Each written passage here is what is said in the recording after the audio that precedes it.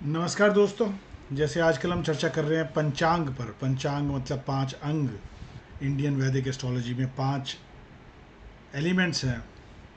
Five elements are there by which the time is measured. आप समझते हैं समय नापने के लिए इंडियन वैदिक एस्ट्रोलॉजी में, हमारे ज्योतिष शास्त्र में पांच अंग, जो कि आपके तिथि, करण, वार, नक्षत्र और योग, पांच ये अंग हैं जिससे हम समय का समय को नापते हैं।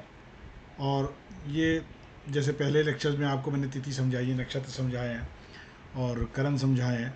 और इन पांचों जो पंचांग, पांचों अंग को लेके आपस के कॉम्बिनेशन, जैसे तिथि और नक्षत्र, किसी तिथि को कौन सा नक्षत्र है उसके कॉम्बिनेशन से कई योग बनते हैं। तिथि और नक्षत्र को लेके, तिथि और वार को लेके, तिथि नक्षत्र और वार को लेकर बहुत सारे कॉम्बिनेशंस बनते हैं, परमुटेशन एंड कॉम्बिनेशन बनते हैं और बहुत योग बनते हैं।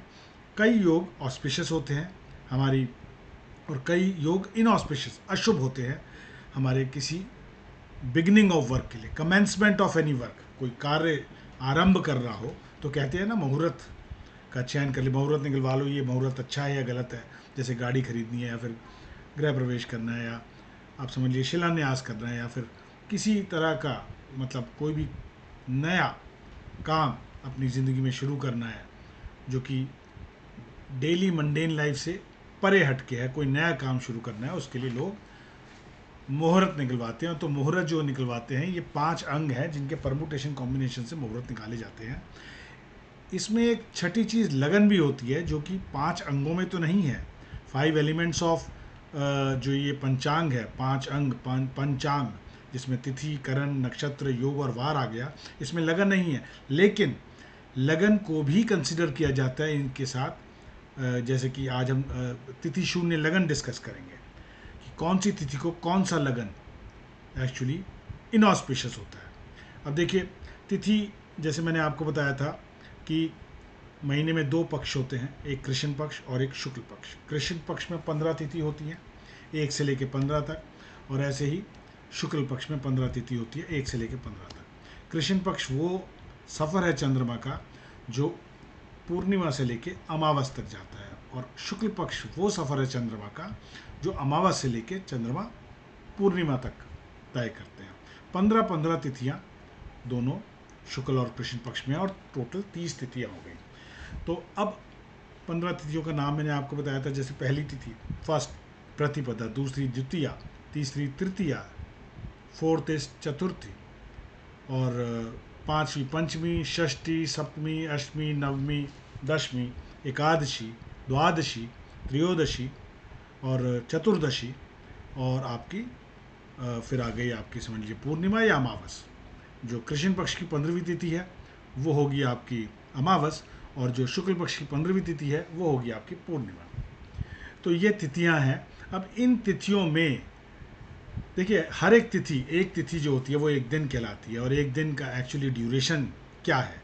ड्यूरेशन जिस दिन, जैसे आज है, आज सूर्योदय 6:32 पे हुए थे। सनराइज जो आज हुआ था वो 6:32 सुबह पे हुआ था। और कल सनराइज कब हो रहा है? कल क्या तारीख है? 25 अक्टूबर। तो 25 अक्टूबर को भी 6:32 पे ही सूर्योदय हो रहा है। तो ये पूरा दिन, वन डे इस 6:32, अगला दिन 6 तो वो 24 घंटे का पूरा दिन बैठा है। तो पूरे दिन के 12 हिस्से आप कीजिए तो 24 घंटे, क्योंकि यहाँ पे 6:32 से 6:32 अगले दिन पूरे 24 घंटे दिन में मिल रहे हैं। तो डिवाइडेड दिन और रात, मतलब टोटल वन डे। मैं जब दिन बोल रहा हूँ तो आप सिर्फ डे लाइट मत लीजिएगा, पूरा one day is 24 hours here in this case, 24 अक्टूबर से लेके 25 अक्टूबर सनराइज तक। तो ये 24 घंटे को डिवाइड करेंगे आप 12 में, तो 2 घंटे का एक लगन बैठता है। एक दिन में 12 लगन होते हैं। One day is actually consist of 12 लगनास। 2-2 घंटे का एक लगन होता है। तो जो सूर्योदय जब होता है, जैसे आजकल सन, जो सूर्य प्रवेश करे हैं तुला राशि में, तो लिब्रा में एंटर हुए हैं 17 अक्टूबर से। तो जो सूर्योदय आज 6:32 पे हुआ होगा तो वो उस समय तुला लगन था। तो अगर आप कुंडली बनाएंगे तो नंबर 1 में 7 नंबर आएगा उस समय। तो तुला लगन हुआ 2 घंटे का, 6:32 से 8:32 तक। 8:32 से फिर 10:32 वृश्चिक आया, क्योंकि तुला के बाद वृश्चिक आएगा। तुला इज लिब्रा, वृश्चिक स्कॉर्पियो। उसके बाद आया स्कॉर्पियो के बाद धनु, धनु के बाद आपका मकर, मकर के बाद कुंभ, कुंभ के बाद मीन, मीन के बाद मेष, मेष के बाद वृषभ, वृषभ के बाद मिथुन, मिथुन के बाद कर्क, कर्क के बाद सिंह, सिंह के बाद कन्या, कन्या के बाद फिर तुला। तो ये 12 लगन है 2-2 घंटे की अवधि से, सुबह सनराइज से लेके अगले दिन सनराइज तक 2-2 घंटे के लगन लगेंगे। ये 2 घंटे से कम भी बैठ सकता था लगन, जैसे कि आगे हमारे जो सूर्योदय हो रहे मान लीजिए 4-5-6 दिन बाद 6:32 ना होकर 6:40 हुआ, और अगले दिन का सूर्य थोड़ा सा और लेट हो गया 2 मिनट मान लीजिए 6:42। तो ये जो है ना, जैसे धीरे धीरे सूर्योदय लेट होगा क्योंकि सर्दियाँ आ रही हैं, तो ये कई बार ये 24 घंटे से कम या 24 घंटे से ज़्यादा भी बैठ जाता है एक दिन की ड्यूरेशन। तो लगन जो है 2 घंटे से कुछ मिनट कम, कुछ सेकंड कम, या कुछ सेकंड या कुछ मिनट ज़्यादा भी हो सकता है। तो अब ये देखिए योग जो है, जो तिथि और लगन को लेके योग जो हैं वो ये हैं, जो मैंने आपके लिए एक पीपीटी बनाई है, उनकी 8-10 स्लाइड्स हैं, ये देखिएगा। ये मैलेफिक यूनियंस ऑफ तिथीज एंड लग्नास। तो ये इनमें पर्टिकुलर तिथीज पे, जैसे कि इसको तिथि शून्य लगन भी कहते हैं, कि उस तिथि पे वो लगन शून्य हो जाएगा। तो कौन सी तिथि पे कौन सा लगन शून्य होता है, ये है प्रतिपदा। जैसे पहली तिथि है प्रतिपदा, कृष्ण पक्ष की हो या शुक्ल पक्ष की हो, अगर तुला लगन है या मकर लगन है तो वो अशुभ होगा किसी भी कार्य के आरंभ के लिए। ऐसी तृतीया को सिंह लगन हो या मकर लगन हो, अशुभ होगा किसी भी कार्य के आरंभ के लिए। पंचमी को मिथुन और कन्या, सप्तमी को धनु लगन और कर्क लगन, नवमी को कर्क और सिंह लगन, एकादशी को धनु और मीन लगन, त्रयोदशी को वृषभ और मीन लगन। तो ये वो लगन है, 2-2 लगन। देखिए पहली, तीसरी, 5वीं, 7वीं, 9वीं, 11वीं और 13वीं, ये 3 और 7 तिथियां हैं। 15 में से 8 को छोड़ दीजिए, 7 तिथियों को 2-2 लगन ऐसे हैं हर तिथि में, जब कोई भी कार्य आरंभ करना अशुभ माना गया है। अब इसके एग्जाम्पल्स मैंने साइट किए हैं आपके लिए समझने के लिए। जैसे कि ये तो मैंने आपको कैलकुलेशन समझाई थी, 12 लगन होते हैं एक दिन में, यही 24 अक्टूबर और 25 अक्टूबर को लेके 24 घंटे डिवाइडेड बाय 12, 2 घंटे का एक लगन हुआ। तो अब जैसे एग्जाम्पल ले रहे हैं हम 23 अक्टूबर, 23 अक्टूबर को कार्तिक कृष्ण पक्ष की सप्तमी थी कल।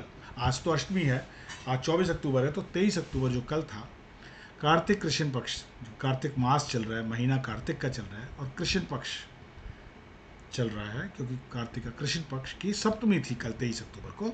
तो इसमें धनु और कर्क को अशुभ बताया गया है किसी कार्य आरंभ करने के लिए। अब धनु, ये दिवाकर पंचांग जो मैं रेफर करता हूँ, आप लोग देखिए दिवाकर पंचांग में धनु लगन जो है 23 अक्टूबर को वो लिखा है, उसमें 10:40 सुबह से लेके 12:44 आफ्टरनून। तो ये वो टाइम है जब धनु लगन घट रहा होगा, और 23 अक्टूबर को धनु लगन में कोई कार्य आरंभ नहीं करना चाहिए था। कर्क लगन 11:04 रात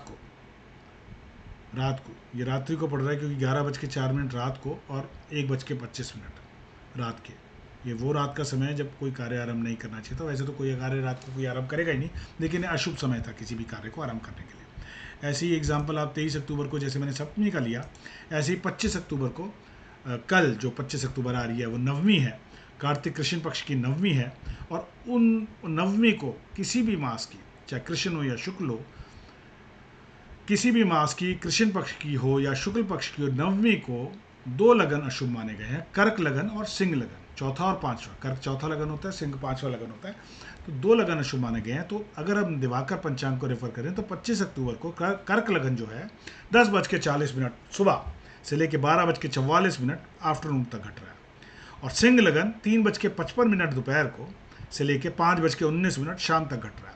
तो ये वो समय है जब 25 अक्टूबर को कोई कार्य आरंभ ना कीजिएगा।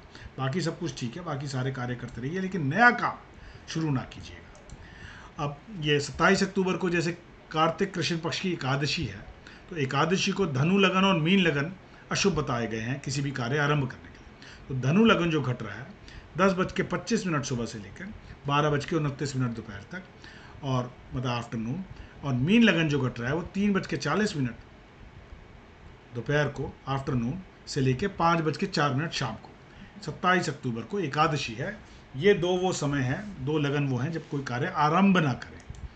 और 30 अक्टूबर जो कार्तिक कृष्ण पक्षी त्रयोदशी है, 13th तिथि है, वृषभ और मीन गलत बताए गए हैं। वृषभ जो है 6:28 शाम को शुरू होता है और 8:23 तक रहेगा। और मीन लगन 3:28 दोपहर को शुरू होगा और 4:52 शाम तक रहेगा। तो ये वो समय है जो कोई कार्य आप आरंभ ना करें इन तिथियों को, और इन टाइम्स में प्लीज़ कोई कार्य आरंभ ना करें, क्योंकि मानने वाले मानते हैं, नहीं तो ना माने। विश्वास अगर किसी को है तो मुहूर्त कोई फॉलो करता है। तो ये वो समय है, ये तिथियों में वो लगन है, और ये 7 तिथियों में ही है, 8 को छोड़ के। जैसे मैंने आपको स्लाइड्स में दिखाया था, सिर्फ 7 तिथियों में ही है, बाकियों में नहीं है। जैसे कि ये देखिए, फिर दोबारा बताता हूँ। प्रतिपदा, तृतीया, पंचमी, सप्तमी, नवमी, एकादशी और त्रयोदशी। 1, 3, 5, 7, 9, 11 and 13। Only on these dates, या कृष्ण पक्ष हो या शुक्ल पक्ष हो, किसी भी मास की दो लगन अशुभ माने गए हैं किसी भी कार्य आरंभ के लिए। तो ये तिथि शून्य लगन कहलाते हैं। ये दो जो लगन जो घट रहे हैं, प्रतिपदा में तुला और मकर, तृतीया में सिंह और मकर, पंचमी तिथि को मिथुन और कन्या लगन, सप्तमी तिथि को धनु और कर्क लगन, नवमी तिथि को कर्क और सिंह लगन, एकादशी तिथि को धनु और मीन लगन, त्रयोदशी तिथि को वृषभ और मीन लगन। ये तिथि शून्य लगन है। इन लगना में, इन टाइम में तिथि शून्य हो रही है, कोई कार्य आरंभ नहीं करना चाहिए।